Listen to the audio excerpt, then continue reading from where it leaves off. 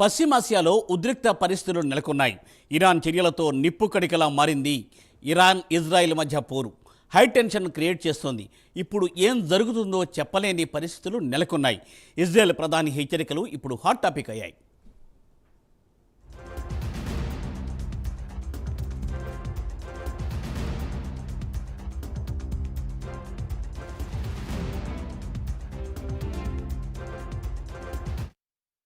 Iran దాడిపై Israel ప్రధాని స్పందించారు. ఈ దాడి ఇరాన్ ఖచ్చితంగా భారీ మూల్యం చెల్లించుకోవాల్సి వస్తుందని ఆయన హెచ్చరించారు. దీంతో ఇప్పుడు ఈ అంశం సంచలనంగా మారింది. ఇజ్రాయెల్ దేనిని టార్గెట్ చేస్తోంది అనే అంశం ప్రస్తుతం హాట్ టాపిక్గా ఉంది.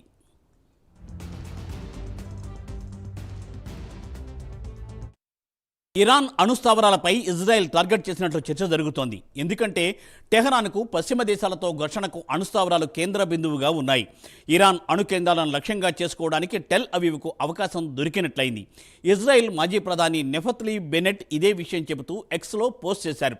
అమెరికా మాజీ డిఫెన్స్ సెక్రటరీ విలియం కోహిన్ కూడా టెహరాన్ అణుస్థావరాలను ధ్వంసం చేయవచ్చునని విశ్లేషించారు. డెమోక్రటిక్ పార్టీ ప్రతినిధి జారెడ్ మాస్కోవిడ్జ్ కూడా న్యూక్లియర్ కేంద్రాలను ధ్వంసం చేయడమే సరైన పని అని అభిప్రాయపడినట్లు న్యూస్ వీక్ పత్రిక వెల్లడించింది.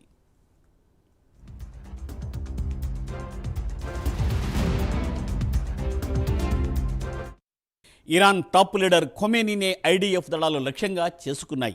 ఇజ్రాయెల్ ప్రధాని నెతన్యాహు ప్రకటన దానికి బలం చేకూరుస్తోంది. నిరంకుశ పాలనను అంతం చేస్తామంటూ ఇటీవల ఆయన ఒక వీడియో సందేశం విడుదల చేశారు. ఆ తర్వాతి రోజే ఇరాన్ క్షిపణులతో దాడి చేసింది. దీనిపై నెతన్యాహు ఘాటుగా స్పందించారు.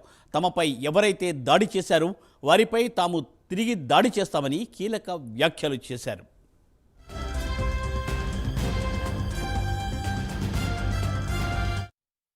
తమ దేశ ప్రతిస్పందన వ్యూహాత్మకంగా వేగవంతంగా ఉండాలని ఇజ్రాయెల్ సైనికాధికారులు సూచిస్తున్నారు.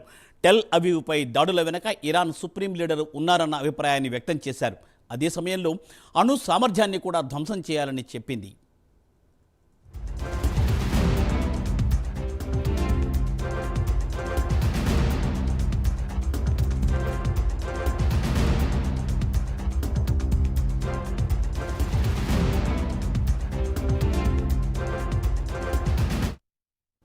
ఇరాన్ను ఆర్థికంగా కుంగదీసేలా ఇజ్రాయెల్ లక్ష్యాలు ఉంటాయని సైనిక నిపుణులు భావిస్తున్నారు. చమురు, గ్యాస్, కమ్యూనికేషన్లు, బ్యాంకింగ్ వంటివి తమ లక్ష్యాలుగా మారతాయని ఐడిఎఫ్ అధికారి ఒకరు వెల్లడించారు.